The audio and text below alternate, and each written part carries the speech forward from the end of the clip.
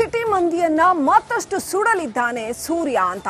ಈ ಸಾರಿ ಅಂತೂ ಗಾರ್ಡನ್ ಸಿಟಿಯಲ್ಲಿ ಹೆಂಗೂ ಮೊದಲೇ ಸ್ವಲ್ಪ ಬೇಗನೆ ಬೇಸಿಗೆ ಎಂಟರ್ ಆಗ್ಬಿಟ್ಟಿದೆ. ಮರಗಳೆಲ್ಲ ಎಲೆಗಳನ್ನು ಉದುರಿಸ್ಕೊಂಡು ಆ ತಂಪು ವಾತಾವರಣ ಕಡಿಮೆ ಆಗ್ಬಿಟ್ಟಿದೆ. ಮತ್ತೊಂದು ಕಡೆ ಬಿಸಿಲ ಝಳ ಕೂಡ ಸಿಕ್ಕಾಪಟ್ಟೆ ಜಾಸ್ತಿ ಆಗ್ತಾ ಇದೆ. 42 ಡಿಗ್ರಿ ಸೆಲ್ಸಿಯಸ್ ಬಿಸಿಲು ದಾಖಲಾಗುವ ನಿರೀಕ್ಷೆ ಇದೆ ಅಂತ ಹೇಳಲಾಗ್ತಾ ಇದೆ. ಈ ಸಾರಿ ಫೆಬ್ರವರಿ 2 ಅಥವಾ 3ನೇ ವಾರದಿಂದಲೇ ಬೇಸಿಗೆ ಆರಂಭ ಆಗ್ತಿದೆ. ಸಾಮಾನ್ಯವಾಗಿ ಮಾರ್ಚ್ನಲ್ಲಿ ಇಷ್ಟು ಸೆಕೆ ಇರ್ತಾ ಇತ್ತು, ಈಗ ಆಲ್ರೆಡಿ ಶುರು ಆಗ್ತಾ ಇದೆ ಸೆಕೆ. ತೇವಾಂಶದ ಕೊರತೆ, ಒಣ ಗಾಳಿಯಿಂದಾಗಿ ವಾತಾವರಣದಲ್ಲಿ ಉಷ್ಣಾಂಶ ಜಾಸ್ತಿ ಆಗ್ಬಿಟ್ಟಿದೆ. ವಾಡಿಕೆಗಿಂತ ಹೆಚ್ಚು ಉಷ್ಣಾಂಶ ದಾಖಲಾದ್ರೆ ಅನಾರೋಗ್ಯ ಕಾಡುತ್ತೆ ಜನಗಳಿಗೆ. ಬಾಡಿ ಹೀಟ್ ಆಗುತ್ತೆ, ಸಮಸ್ಯೆಗಳು ಉಂಟಾಗುತ್ತೆ.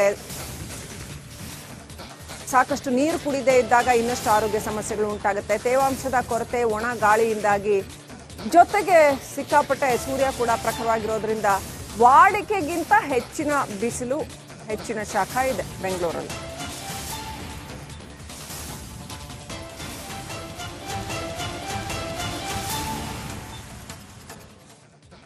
ಇನ್ನು ಕಳೆದ ಸಾರಿ ಬೇಸಿಗೆನಲ್ಲಿ ಯಾವ ರೀತಿಯಲ್ಲಿ ಟ್ಯಾಂಕರ್ ಮಾಫಿಯಾ ಬೆಂಗಳೂರಲ್ಲಿ ಹಾವಳಿ ಆಗಿತ್ತು ಅನ್ನೋದನ್ನ ನಾವು ನೋಡಿದ್ವಿ. ಸೊ ಈ ಸಾರಿ ಕೂಡ ಆ ಟ್ಯಾಂಕರ್ ಮಾಫಿಯಾನ ಮಟ್ಟ ಹಾಕೋದಕ್ಕೆ ಏನ್ ಕ್ರಮ ಕೈಗೊಳ್ಳುತ್ತೆ BWSSB ಅಂತ ಕಾದು ನೋಡ್ಬೇಕಾಗಿದೆ. ಬೇಸಿಗೆ ಕಾಲದಲ್ಲಿ ನೀರಿಗೆ ತತ್ವಾರ ಉಂಟಾಗುತ್ತೆ. ಇನ್ನೇನು ಮಾರ್ಚ್ ಬಂತು ಅನ್ನೋಷ್ಟೊತ್ತಿಗಾಗಲೇ ನೀರಿಗೆ ತತ್ವಾರ ಶುರುವಾಗ್ಬಿಡುತ್ತೆ. ಸೊ ವಾಟರ್ ಮಾಫಿಯಾಗೆ ಈ ಸಾರಿ ಆದ್ರೂ ಬ್ರೇಕ್ ಬೀಳತ್ತಾ? ಟ್ಯಾಂಕರ್ ಮಾಫಿಯಾಗೆ ಬ್ರೇಕ್ ಹಾಕೋದಕ್ಕೆ ಜಿಲ್ಲಾಡಳಿತ ಖಾಸಗಿ ಟ್ಯಾಂಕರ್ಗಳು ಎಷ್ಟಿದಾವೆ ಅಂತ ಗಣನೆ ಮಾಡಿ ಕೌಂಟ್ ಮಾಡಿ ಇಟ್ಕೊಳ್ತಾ ಇದ್ದಾರಂತೆ. ಬೆಂಗಳೂರು ನಗರ ಜಿಲ್ಲಾಡಳಿತ ಈ ಸಾರಿ ಕಠಿಣ ಕ್ರಮ ಕೈಗೊಳ್ಳುತ್ತೆ ಅಂತ ಹೇಳಲಾಗ್ತಾ ಇದೆ. ದುಪ್ಪಟ್ಟು ದರ ವಸೂಲಿ ಮಾಡಿದ್ರೆ ಟ್ರೇಡ್ ಲೈಸೆನ್ಸ್ ಅನ್ನ ರದ್ದು ಮಾಡ್ತೀವಿ ಅಂತ ಹೇಳ್ತಾ ಇದ್ದಾರಂತೆ ಅಧಿಕಾರಿಗಳು. ಏರೋ ಶೋ ಮುಗಿದ ಬಳಿಕ ಅಧಿಕಾರಿಗಳು ಈ ವಾಟರ್ ಸಮಸ್ಯೆ ಸಂಬಂಧಪಟ್ಟಂಗೆ ಮೀಟಿಂಗ್ ಮಾಡ್ತಾರಂತೆ.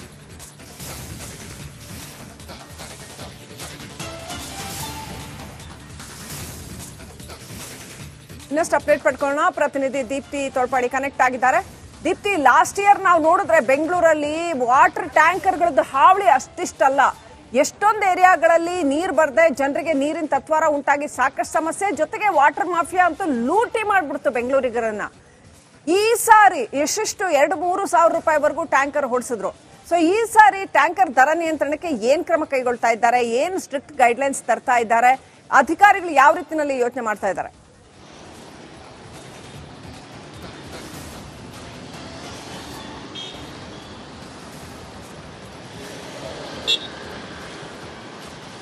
ಶ್ರೀಲಕ್ಷ್ಮಿ, ಕಳೆದ ಬಾರಿ ನೀರಿನ ಸಮಸ್ಯೆ ಸಾಕಷ್ಟು ಕಡೆಗಳಲ್ಲಾಗಿತ್ತು. ಈ ಹಿನ್ನೆಲೆಯಲ್ಲಿ ಟ್ಯಾಂಕರ್ ಮಾಫಿಯಾ ಒಂದು ರೀತಿಯಲ್ಲಿ ದುಪ್ಪಟ್ಟಾಗಿತ್ತು. ರಿಪಬ್ಲಿಕ್ ಕನ್ನಡ ನಿರಂತರ ವರದಿಯನ್ನ ಮಾಡಿ ಬಿಬಿಎಂಪಿಯನ್ನ ಪ್ರಶ್ನೆ ಮಾಡುವಂತಹ ಸಂದರ್ಭದಲ್ಲಿ ಅವರು ಜಲಮಂಡಳಿಯವರು ಬಿಬಿಎಂಪಿ ಅವರ ಮೇಲೆ ಹಾಕ್ತಾ ಇದ್ರು. ಕಡೆಗೂ ಸರ್ಕಾರ ಎಚ್ಚೆತ್ಕೊಂಡು ಒಂದು ಪ್ರೈಸ್ ಕ್ಯಾಪ್ ಅನ್ನ ಹಾಕ್ತು. ಇಂತಿಷ್ಟು ಲೀಟರ್ಗೆ ಇಂತಿಷ್ಟೇ ಪಡಿಬೇಕು ಅಂತ ಹೇಳಿ ದರ ನಿಗದಿಯನ್ನ ಮಾಡಿತು. ಅದಾಗಿ ಕೆಲವು ವಾರಗಳ ಕಾಲ ಟ್ಯಾಂಕರ್ಗಳು ಆ ಒಂದು ದರ ನಿಗದಿಯನ್ನ ಫಾಲೋ ಮಾಡಿತು. ಆದ್ರೆ ಮತ್ತೆ ಯಥಾಸ್ಥಿತಿಯಲ್ಲಿ ತಮಗೆ ಇಷ್ಟ ಬಂದಂಗೆ, ತಮ್ಮ ಬಾಯಿಗೆ ಬಂದಂಗೆ ರೇಟ್ ಅನ್ನ ಹಾಕ್ತಾ ಇತ್ತು. ಇದೀಗ ಮತ್ತೊಮ್ಮೆ ಬೇಸಿಗೆಗಾಲದ ಹತ್ರ ಬೆಂಗಳೂರು ಬರ್ತಾ ಇದೆ. ಈ ಬಾರಿನೂ ಕೂಡ ನೀರಿನ ಸಮಸ್ಯೆ ಉದ್ಭವ ಆಗಬಹುದು. ಈ ಹಿನ್ನೆಲೆಯಲ್ಲಿ ಜಿಲ್ಲಾಧಿಕಾರಿಯನ್ನ ಕೇಳಿದಂತಹ ಸಂದರ್ಭದಲ್ಲಿ, ಇಲ್ಲ, ಈ ಬಾರಿ ನಾವು ಸಭೆಯನ್ನ ಮಾಡ್ತಾ ಇದ್ದೀವಿ, ಏರೋ ಶೋ ನಂತರ ಸಭೆಯನ್ನ ಮಾಡೋ ಮೂಲಕ ಈ ಬಾರಿ ಟ್ಯಾಂಕರ್ಗಳಿಗೆ ರೇಟ್ ಫಿಕ್ಸೇಷನ್ ಬಗ್ಗೆನೂ ಕೂಡ ಮಾಹಿತಿಯನ್ನ ಪಡಿತೀವಿ. ಅವರ ಮೀಟಿಂಗ್ ನ ಮಾಡಿ ಎಷ್ಟು ಮಾಡಬಹುದು ಅನ್ನೋದ್ರ ಬಗ್ಗೆ ನಿಗದಿಯನ್ನ ಮಾಡ್ತೀವಿ ಅಂತ ಹೇಳಿದ್ದಾರೆ. ಅದರ ಫಾಲೋ ಅಪ್ ಅಲ್ಲಿ ಇದ್ದೀವಿ. ಇಲ್ಲದಿದ್ರೆ ಮೂಗ್ದಾರ ಹಾಕೋದಕ್ಕಾಗೋದಿಲ್ಲ. ನಾರ್ಮಲ್ ಡೇಸ್ ಗಳಲ್ಲಿ 1,000 ರೂಪಾಯಿ, 1,100 ರೂಪಾಯಿ ತಗೊಳ್ಳುವಂತವರು ಬೇಸಿಗೆಗಾಲದಲ್ಲಿ 5,000, 10,000 ಈ ರೀತಿಯ ತಗೊಳ್ಳುವಂತಹ ಉದಾಹರಣೆಗಳು ಕೂಡ ಇದೆ. ಸೊ ಇದಕ್ಕೆ ಕಡಿವಾಣವನ್ನ ಹಾಕಬೇಕು ಅಂತ ಹೇಳಿದ್ರೆ ಈಗಲಿಂದಲೇ ಹೋಮ್ ವರ್ಕ್ ನ ಮಾಡಬೇಕಾಗುತ್ತೆ. ಇದಕ್ಕಾಗಿ ಜಿಲ್ಲಾಡಳಿತ ಅವರು ಫಾಲೋ ಅಪ್ ಮಾಡ್ತಾ ಇದ್ದಾರೆ. ಸಭೆ ನಂತರ ಎಷ್ಟು ನಿಗದಿ ಆಗುತ್ತೆ ಅನ್ನೋದನ್ನ ನೋಡ್ಬೇಕಾಗಿದೆ. Srilakshmi, right, thank you Deepti ಡೀಟೇಲ್ಸ್ಗಾಗಿ. ಇನ್ನು ಮೆಟ್ರೋ ಟಿಕೆಟ್ ದರ ಕೂಡ ದುಬಾರಿ ಆಗಲಿದೆ. 46% ಮೆಟ್ರೋ ಟಿಕೆಟ್ ದರವನ್ನ BMRCL ಹೆಚ್ಚಳ ಮಾಡ್ತಾ ಇದೆ. ಮೆಟ್ರೋ ಪ್ರಯಾಣಿಕರಿಗೆ ಬಿಗ್ ಶಾಕ್ ಇದು. ಮೆಟ್ರೋ ಕೂಡ ಕಾಸ್ಟ್ಲಿ ಆಗೋಯ್ತು. ಎಲ್ಲ ಬೈಕ್ ಎಲ್ಲ ಬಿಟ್ಟು ಆರಾಮಾಗಿ ಮೆಟ್ರೋದಲ್ಲಿ ಓಡಾಡ್ತಾ ಇದ್ರು. ಬೇಗನೂ ಆಗುತ್ತೆ, ಹೆಂಗೋ ತಕ್ಕ ಮಟ್ಟಿಗೆ ನಿಭಾಯಿಸಬಹುದು ಅಂತ. ಆದ್ರೆ ಈಗ ಮೆಟ್ರೋ ಕೂಡ 46% ತನ್ನ ದರವನ್ನ ಹೆಚ್ಚಳ ಮಾಡ್ತಾ ಇದೆ. ಟಿಕೆಟ್ ದರವನ್ನ ಮೆಟ್ರೋ ಬಿಟ್ಟು ಬೈಕಲ್ಲಿ ಓಡಾಡೋದೇ ವಾಸಿ ಅಂತ ಜನಕ್ಕೆ ಅನಿಸ್ತಾ ಇದೆ. ಆದ್ರೆ ಏನ್ ಮಾಡೋದು, ಸಿಕ್ಕಾಪಟ್ಟೆ ಟ್ರಾಫಿಕ್ ಇರುತ್ತೆ. ಆದ್ರೆ ಇಷ್ಟೊಂದು ದುಡ್ಡು ಕೊಟ್ಟು ಹೋಗೋಕ್ಕೂ ಕಷ್ಟ ಆಗುತ್ತೆ ಅಲ್ವಾ. ಸಾರ್ವಜನಿಕರು BMRCLಗೆ ಆವಾಜ್ ಹಾಕ್ತಾ ಇದ್ದಾರೆ. ಏನಂತಂದ್ರೆ ಲಾಭದ ಆಸೆ ಬಿಡಿ, ಪ್ರಯಾಣಿಕರ ಸುರಕ್ಷೆ ನೋಡಿ ಅಂತ. ಈ ಸಂಪರ್ಕ ಸಾಧನಗಳು ಮೆಟ್ರೋ ಇರ್ಬೋದು ಅಥವಾ ಸಾರಿಗೆ ವ್ಯವಸ್ಥೆ ಇರ್ಬೋದು, ಇವೆಲ್ಲ ಜನರ ಕಲ್ಯಾಣಕ್ಕೋಸ್ಕರ ರಾಜ್ಯ ಸರ್ಕಾರ ಅಥವಾ ಸರ್ಕಾರಗಳು ಇದರ ಜವಾಬ್ದಾರಿಯನ್ನು ತಗೋಬೇಕು. ಯಾಕಂದ್ರೆ ಜನರಿಂದ ತೆರಿಗೆ ಕಲೆಕ್ಟ್ ಮಾಡಲ್ವಾ ಇವರು? ಅದು ಬಿಟ್ಬಿಟ್ಟು ಇಷ್ಟಿಷ್ಟು ಮೆಟ್ರೋ ಟಿಕೆಟ್ ಪ್ರಯಾಣ ದರ ದುಬಾರಿ ಮಾಡಿಬಿಟ್ರೆ ಜನ ಬದುಕೋದು ಹೆಂಗೆ? ಒಂದು ಕಡೆ ಟ್ಯಾಕ್ಸು ಕಟ್ಟಬೇಕು ನಾವು, ಮತ್ತೊಂದು ಕಡೆ ಈ ಟಿಕೆಟ್ ರೇಟ್ಸ್ ಕೂಡ ಸಿಕ್ಕಾಪಟ್ಟೆ ಜಾಸ್ತಿ ಮಾಡಿಬಿಟ್ರೆ ಇವಾಗ ನಾವು ತಗೊಂತೀವಿ ಟಿಕೆಟ್, ನಮಗೆ ಅದು ದೊಡ್ಡದಿಲ್ಲ. But the people who are poor, ನಾವು ಟೈಮ್ ಸೇವ್ ಮಾಡೋಕ್ಕೆ ಮೆಟ್ರೋ ಯೂಸ್ ಮಾಡೋದು, ನಾವು ಟೈಮ್ ಸೇವ್ ಮಾಡೋಕ್ಕೆ BMTC ಯೂಸ್ ಮಾಡೋದು. ಇವಾಗ ಇವ್ರ ಪ್ರೈಸಸ್ ಇನ್ಕ್ರೀಸ್ ಮಾಡಿದ್ರೆ ಇವಾಗ ನಾವು ಮತ್ಲಬ್ better than this we can go ahead with the Rapido, ಅದೆಲ್ಲ ನಾವು ಬುಕ್ ಮಾಡ್ಬೋದಲ್ಲ instead of this. So that is what my point of view. And other thing is, I believe the prices should decrease, because increasing the price, it is not a right way to to serve the public, I believe. So if they are into the government and ಇವರೆಲ್ಲ ಇಷ್ಟು ದೊಡ್ಡದು government ನಡೆಸ್ತಿದ್ದಾರೆ ಅಂದ್ರೆ ultimately there should be some other reliefs as well, so that the people should get benefit of it. ಒಂದು ಕಡೆ ಇವರು ಯೋಜನೆಗಳನ್ನ ಅಂದ್ರೆ free ಯೋಜನೆಗಳನ್ನ ಕೊಡುವಂತದನ್ನ ಮಾಡಿದ್ದಾರೆ ಸರ್ಕಾರದವರು, ಇತ್ತ ದರ ಏರಿಕೆ ಮಾಡ್ತಾ ಇದ್ದಾರೆ, ಆ ಬಗ್ಗೆ ಏನು ಹೇಳ್ತೀವಿ? From the poor people and the people who are from lower class, ಅಂದ್ರೆ ಇವಾಗ BPL ಕಾರ್ಡ್ ಎಲ್ಲ ಇದ್ದಾರೆ, ಅವರು people who come from the lower back ground, ಅವ್ರಿಗೆಲ್ಲ ಇದು ಬೆನಿಫಿಟ್ ಆಗ್ತಿದೆ. ನಾನು ಇಲ್ಲ ಅಂತ ಇಲ್ಲ, ಇದು ಈ ಥರ ಆಗಬಾರ್ದಿತ್ತು ಅಂತ ಅನಿಸ್ತಾ ಇದೆ. ಏನಕ್ಕಂದರೆ ನಮಗೆಲ್ಲ ಸ್ವಲ್ಪ ಕಷ್ಟ ಆಗುತ್ತೆ. ಮತ್ತು ಹೂ ಆರ್ ರಿಯಲಿ ಅಂದರೆ poor, they will really it will be affected a lot for them. That's what I feel that it should not have been like that. ಆ ಥರ ರೇಸ್ ಆಗಬಾರ್ದಿತ್ತು, ಇಷ್ಟು ಜಾಸ್ತಿ ರೇಸ್ ಆಗಬಾರ್ದಿತ್ತು ಅನಿಸ್ತಾ ಇದೆ. ಇದು ಈ ಥರ ಆಗಬಾರ್ದಿತ್ತು ಅಂತ ಅನಿಸ್ತಾ ಇದೆ. ಏನಕ್ಕಂದರೆ ನಮಗೆಲ್ಲ ಸ್ವಲ್ಪ ಕಷ್ಟ ಆಗುತ್ತೆ. ಮತ್ತು ಹೂ ಆರ್ ರಿಯಲಿ ಅಂದರೆ poor, they will really have.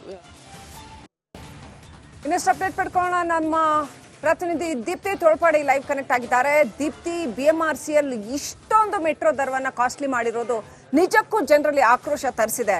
So ಏನೆಲ್ಲ ಹೇಳಿದ್ರು ಜನ, ನೀವು ಹೊರಗಡೆ ಫೀಲ್ಡ್ ಅಲ್ಲಿ ಜನರನ್ನ ಮಾತನಾಡಿಸಿದಾಗ?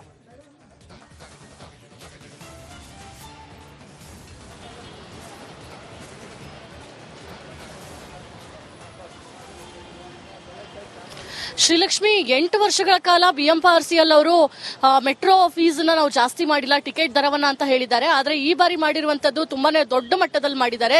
ಸರಾಸರಿ 46% ಅಷ್ಟು ಹೆಚ್ಚಳ ಮಾಡೋ ಮೂಲಕ ನಿಜಕ್ಕೂ ಕೂಡ ಹೊರೆ ರೀತಿಯಲ್ಲಿ ಆಗ್ತಾ ಇದೆ ಅಂತ ಸಾರ್ವಜನಿಕರು ಕೂಡ ಆಕ್ರೋಶವನ್ನ ಹೊರಹಾಕ್ತಾ ಇದ್ದಾರೆ. ಸಾಕಷ್ಟು ಜನರನ್ನ ಮಾತಾಡಿಸುವಂತಹ ಸಂದರ್ಭದಲ್ಲೂ ಕೂಡ ಅದೇ ವಿಚಾರವನ್ನ ಹೇಳ್ತಾ ಇದ್ರು. ಅಂದ್ರೆ ಇವರು 8 ವರ್ಷ ಮಾಡ್ಲಿಲ್ಲ ಸರಿ, ಆದ್ರೆ ಈಗ ಏಕಾಏಕಿ ಇಷ್ಟು ಮಾಡಿರೋದು ತುಂಬಾ ತಪ್ಪು. ಎಲ್ಲೋ 2 ರೂಪಾಯಿ, 4 ರೂಪಾಯಿ, 6 ರೂಪಾಯಿ, ಅಬ್ಬಬ್ಬ ಅಂದ್ರೆ 10 ರೂಪಾಯಿವರೆಗೂ ಮಾಡಿದ್ರು ಕೂಡ ಅದನ್ನ ನಾವು ತಗೊಳ್ಬಹುದಾಗಿತ್ತು.